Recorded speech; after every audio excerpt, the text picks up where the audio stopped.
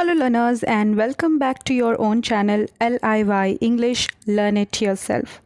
So, this is going to be a very important video because in this I'm going to discuss in detail the newly released paper pattern of the English subject of class 12th Maharashtra State Board for the academic year 2020 and 21. Now we all know that this is the first year of the new textbook of the changed syllabus of all the subjects. So you people are the batch of 2020 and 21 will be the first batch to appear for this changed portion for this new paper pattern. So of course, like always, we do not have the luxury to plan our studies or to prepare for the examinations by referring to the last year's question papers as we can do it in other matters. But here we do not have old question papers. We have to completely rely on the paper pattern that is provided to us by the board. So we have this new paper pattern. So it is important that we try to understand their objective, we try to understand their the pattern of evaluation. So accordingly, we can plan our studies around this pattern so that we can perform best to the abilities. So without further ado, let's start and let's look at this new paper pattern. You all can see that the total marks for the question paper English subject will be of 80 marks, 80 marks of written examination. And this 80 marks is divided among 4 sections, as you can see in the table provided in this note. Is the first table is about the distribution of marks as per the sections in the activity sheet. Activity sheet here means question paper. So the whole question paper is divided among 4 sections, and you can see first section is of prose that has 34 marks, second is of poetry containing 14 marks, third is of writing skills 16 marks, and novel, the newly introduced topic in our textbook, novel as a genre, for 16 marks. If you see your textbook also, the textbook in the textbook portion is also divided into these 4 categories, into this 4 section only. If you see prose, poetry, writing skills and novel, so the question paper will be accordingly that. Now let's move forward to the we have 2 more tables. First one is about the marks as per the questions in the activity sheet. So what type of questions will be there and what type of question will have what marks. So objective type of question, you will have objective type of, obviously you know, right or either it is right or wrong, you can get full marks in this. So you have 18 marks of objective question. Then you have short answer type. It includes personal response or small answers. So they have 2 marks के जो answers होते हैं, so they have the 36 marks of the total marks. And then last we have long answer type. इसका मतलब होता है writing skills questions. जो भी writing skills के questions होते हैं, ये है long answer type के question में आते हैं. They have 26 marks. Another table, if you see, it's as per the objectives in the activity sheet. Matlab, what is their objective, what they want to evaluate in you, how and in what category, in what aspects they want to evaluate your knowledge. वो क्या चीज़ जो examiner है, जो board है, आपके अंदर क्या क्या चीज़ की परीक्षा लेना चाहता है. तो if you first is knowledge and understanding. आपकी बेसिक नॉलेज और अंडरस्टैंडिंग किस लेवल की है, how much you have studied about this English portion, और उसको पढ़ के आपको कितना आपको नॉलेज और अंडरस्टैंडिंग हुई है, उस बेसिस पे जो क्वेश्चंस होंगे वो 33 मार्क्स के हैं. Then comes the application. Applications मतलब जब आप कोई नॉलेज गेन करते हो तो are you able enough to apply that into other circumstances, into other conditions और इनटू योर लाइफ. इस टाइप के क्वेश्चन. सो ऐसे क्वेश्चंस होंगे जो ये जज करेंगे कि क्या आपने जो नॉलेज गेन की है वो आप अप्लाई कर सकते हो, आप यूज़ कर सकते हो, रीयूज़ कर सकते हो दूसरी कंडीशंस में.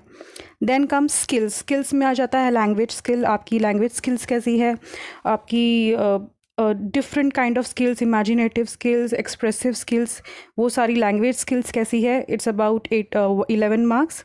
And last creativity. Creativity means novelty, newness. Can you come up with new ideas, can you come up with new points of view and all this. So creativity के basis पे जो question होंगे, total 13 marks. तो ये सब कुल मिला के हो गए 80 मार्क्स. सो ये सब थे मार्क्स का distribution.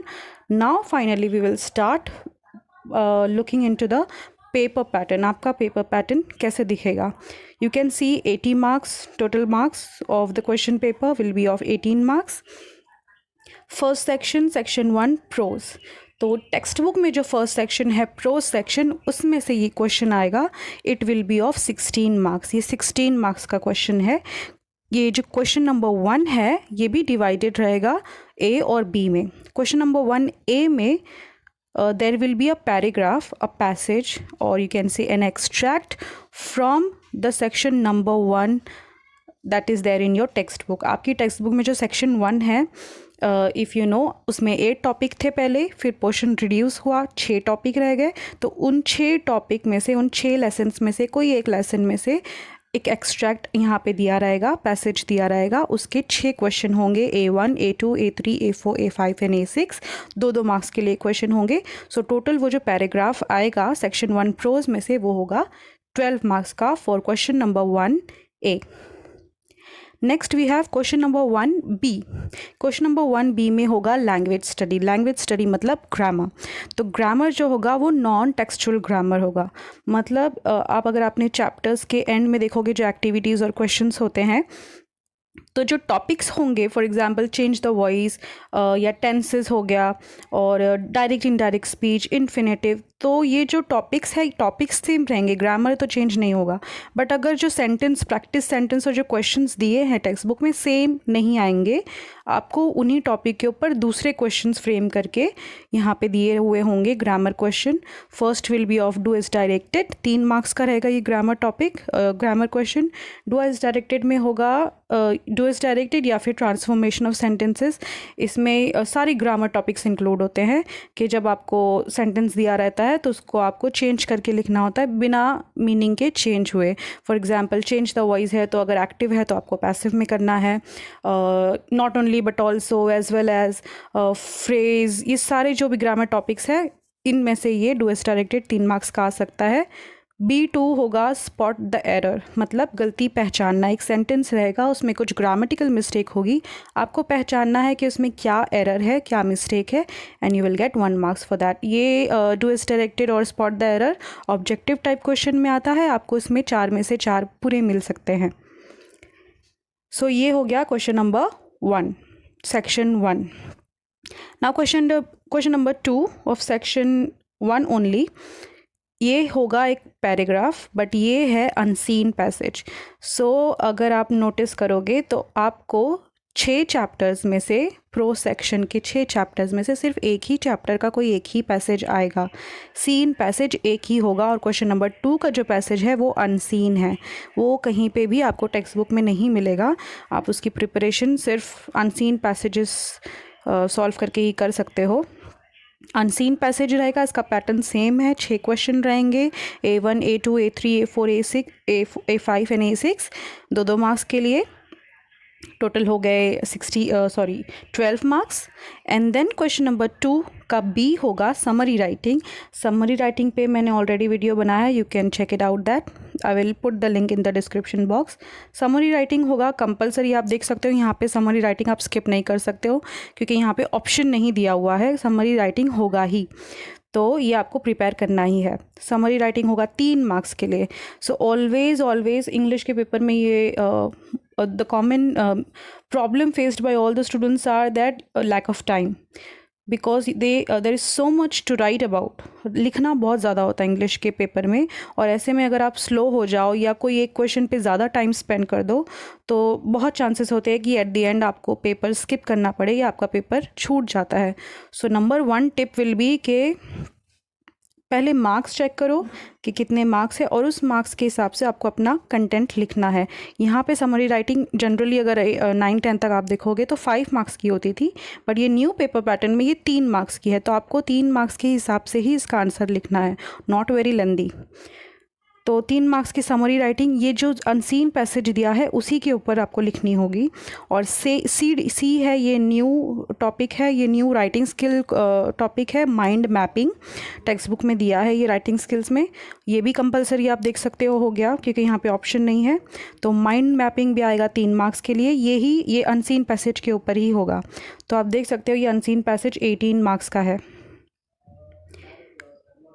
Now we come to the section 2 of poetry and appreciation. Question number 3A, यहाँ पे आपको एक एक्सट्रैक्ट और स्टैंजाज दिए रहेंगे आपकी टेक्स्ट बुक की पोएम में से। आपकी टेक्स्ट बुक में से सेक्शन 2 जो पोइट्री है उसमें भी 8 पोएम थी, 2 ऑलरेडी रिड्यूस हो गई तो बची 6। तो उन 6 में से कोई एक पोएम का यहाँ पे एक्सट्रैक्ट दिया रहेगा और उसके ऊपर 5 क्वेश्चन रहेंगे फॉर 10 मार्क्स, 2 मार्क्स के सारे क्वेश्चंस रहेंगे। देन आता है बी आएगा एप्रिसिएशन। तो एप्रिसिएशन भी आप देख सकते हो चॉइस में नहीं है, आपको ये लर्न करना ही है, एप्रिसिएशन ऑफ द पोएम। तो जो एप्रिसिएशन है वो आएगा 4 मार्क्स के लिए, बट ये जो एप्रिसिएशन है ये क्वेश्चन नंबर 3A का क्वेश्चन नहीं है। क्वेश्चन नंबर 3A में जो स्टैंजा दिया है उसके ऊपर जो 5 क्वेश्चन है उसी के ऊपर आपको एप्रिसिएशन नहीं लिखना है। एप्रिसिएशन के लिए वो लोग एक और पोएम का एक्सट्रैक्ट देंगे टेक्स्ट बुक में से ही। तो इसका मतलब हो गया कि पोइट्री सेक्शन में से 2 पोएम आ सकती है। एक पोएम आएगी एज अ पैसेज सॉल्व करने के लिए, एज अ स्टैंजा सॉल्व करने के लिए, और जो सेकेंड पोएम आएगी वो एप्रिसिएशन के लिए आएगी। तो बेसिकली 6 में से 2 पोएम आएगी। आपको सिर्फ एप्रिसिएशन लिखना है 4 मार्क्स के लिए दूसरी पोएम का, जो एक्सट्रैक्ट दिया हुआ होगा क्वेश्चन पेपर में। Now we move forward to section number 3 which is writing skills. बहुत ईजी दिखता है ये पैटर्न, ABC 4 क्वेश्चन है, 4 मार्क्स के लिए। राइटिंग स्किल्स होगा टोटल 16 मार्क्स के लिए। यहाँ पे आप देख सकते हो हर क्वेश्चन में A में, B और C और D में एक सेट है। सेट मतलब 3 क्वेश्चन है, उसमें से आपको यहाँ पे स्लैश दिया हुआ है लेकिन इसका मतलब है और आपको ये तीनों क्वेश्चन दिए जाएंगे, ये सेट होगा, इन तीनों में से आपको कोई एक चूज़ करना है। For example question number 4A में ड्राफ्टिंग वर्चुअल मैसेज, ये न्यू टॉपिक है इस साल का। स्टेटमेंट ऑफ पर्पस, ये भी न्यू टॉपिक है। ग्रुप डिस्कशन, ये भी न्यू टॉपिक है। तो ये तीनों टॉपिक के क्वेश्चन दिए रहेंगे, आपको इनमें से कोई एक चूज़ करना है और लिखना है 4 मार्क्स के लिए। बी में email writing, report writing, interview writing, ये ऑलरेडी ओल्ड कॉन्सेप्ट है, आपने 11th में पढ़ा है। रिपोर्ट राइटिंग तो बहुत पहले से पढ़ रहे हैं हम। सो email writing, report writing, interview writing, ये तीनों में से आपको कोई एक करना है। तीनों क्वेश्चन दिए रहेंगे, आपको जो बेस्ट लगता है आप वो अटैम्प्ट करेंगे। सी में स्पीच राइटिंग, कंपेयरिंग 11th में न्यू था। एक्सपेंशन ऑफ आइडियाज़ तो बहुत ओल्ड टॉपिक है, तो इन तीनों में से आपको कोई एक करना है। डी में review writing, blog writing, appeal writing, इन तीनों में से आपको कोई एक करना है। तो आपको उस तरह से प्लान करना है कि ऑफकोर्स मेरा first advice will be that try to learn all the topics of the writing skill. But of course अगर आप पूरा नहीं कर पाते हो या कुछ टॉपिक्स में आप वीक हो, बट एटलीस्ट चेक कि वो किस सेट में आता है। फॉर एग्जांपल A सेट में अगर आप देखोगे SOP, ग्रुप डिस्कशन और ड्राफ्टिंग वर्चुअल मैसेज, इसमें से कोई एक ही आप को करना है, तो कोई एक ही आप अच्छे से प्रिपेयर कर सकते हो और दूसरी चीज़ें आप छोड़ सकते हो। लेकिन आपको सेट ध्यान में रखना है कि कौन सा किसके साथ आने वाला है। कहीं ऐसे नहीं हो कि आप ज़्यादा टॉपिक मिस कर जाओ और एक सेट में से आपको एक भी क्वेश्चन नहीं आता है। ईमेल, रिपोर्ट, इंटरव्यू में से कोई एक आप प्रिपेयर कर सकते हो। So you have to think about it and plan accordingly. 4 marks के टोटल 4 टॉपिक है राइटिंग स्किल्स क्वेश्चन के, 3 ऑप्शंस दिए हुए होंगे। Now we come to the new section जो आप लोगों को इंट्रोड्यूस हुआ है। 11th में जॉनर ड्रामा था और इस साल आपको नॉवेल है, लिटरेरी जॉनर। तो ये एक न्यूली इंट्रोड्यूस्ड टॉपिक है। इसीलिए राइटिंग स्किल्स के अलावा ये एक और एक सेक्शन है क्वेश्चन पेपर में नॉवेल के ऊपर। तो उसमें क्वेश्चन नंबर 5A है। यहाँ पे आपको 2 एक्टिविटीज़ दी होंगी क्वेश्चन फॉर्म में। एक्टिविटीज़ हो सकता है माइंड मैपिंग हो सकता है, ट्रू और फॉल्स हो सकता है, या जनरल एक्टिविटीज़ होंगी। तो ये ऑब्जेक्टिव टाइप होती है mostly. You can get full marks. 2 activities होंगी और ये दोनों 4.1 से ली गई होंगी। 4.1 जो टॉपिक है हमारा हिस्ट्री, ये एक चैप्टर है हिस्ट्री ऑफ नॉवेल के ऊपर है। हिस्ट्री ऑफ नॉवेल है, उसके ऊपर देन कंपोनेंट्स ऑफ नॉवेल है एंड टाइप्स ऑफ नॉवेल है। ये 3 बेसिक कंपोनेंट्स है 4.1 के चैप्टर के। तो उसके अराउंड ये क्वेश्चंस होंगे 2-2 मार्क्स के, टोटल 4 मार्क्स के। Then we have 5 question number 5 का बी। इसमें भी 2 एक्टिविटीज़ होंगी 2-2 मार्क्स की। और इसमें ये जो क्वेश्चन रहेगा बी वाला, ये 4.2 से होगा, सी वाला 4.3 से होगा, डी वाला 4.4 से होगा। सो अगर आपने ध्यान दिया है अभी तक, तो क्वेश्चन नंबर 5 से जो भी या सेक्शन 4 से जो भी टॉपिक है टेक्स्ट बुक में, आप कोई भी छोड़ नहीं सकते हो ऑप्शन के लिए। 4.1, 4.2, 4.3, 4.4 सारे टॉपिक्स आपको पढ़ने हैं। सारे क्वेश्चंस आएंगे और सारे टॉपिक्स के ऊपर क्वेश्चंस आएंगे और कोई भी ऑप्शन में नहीं है, क्योंकि पर्टिकुलर क्वेश्चन डेडिकेटेड है particular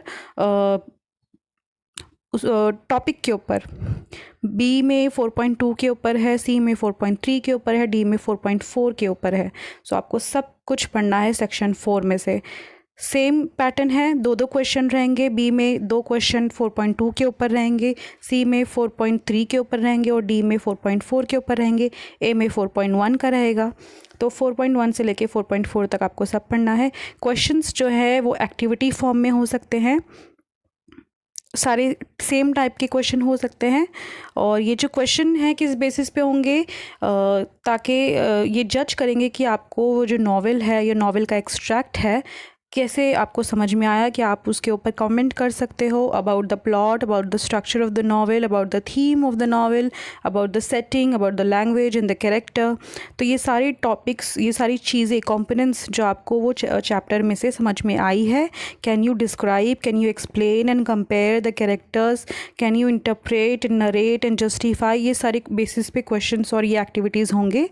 and so you have to prepare accordingly. This can be a little difficult part, but आपको ये अच्छा थॉरली अगर आप पढ़ोगे तो there won't be any problem.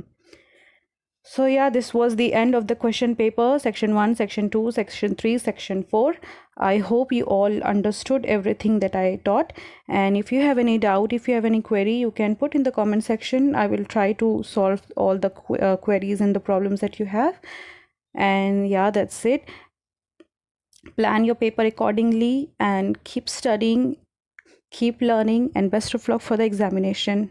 If you like this particular video, please give a thumbs up, share among your friends, and subscribe to the channel if you haven't subscribed to it yet. And thank you very much.